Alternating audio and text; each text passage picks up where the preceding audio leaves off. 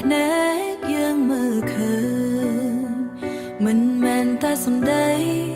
ដែលឮត្រឹមត្រជាមិនមែនត្រឹមតែសំដែលឮត្រឹមត្រ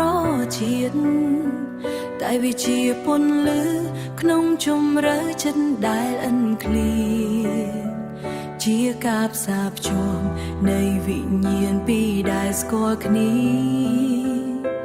ដែលស្គាល់គ្នាទូងមេឃប្រែពណ៌ឬក៏ផែនដីប្រែប្រួលតែចិត្តមួយនេះនៅតែហង្ហើរមករកក្រៅគ្មានព្រំដែនណាអាចមករារាំងយើងបានឡើយ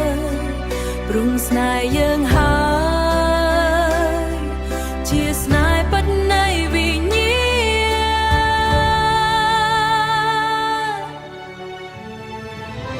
អូស្នេហ៍ពិតនៃវិញ្ញាណមិនរលាយតាមពេលវេលា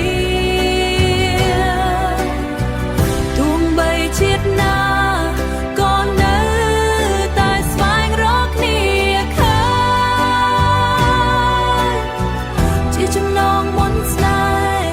ដែលចាំងរើសហើរយ៉ាងជ្រៅទៅក្នុងបេះដូងលើពីពាក្យថាស្រឡាញ់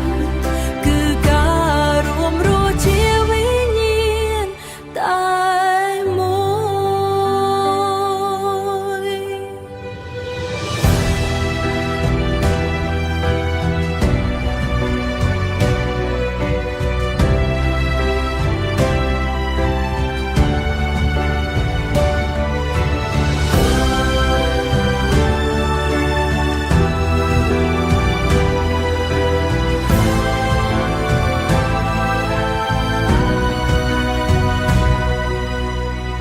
ដងហើមតែមួយ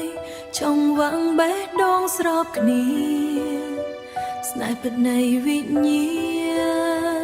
ណអមតៈជានិច្ច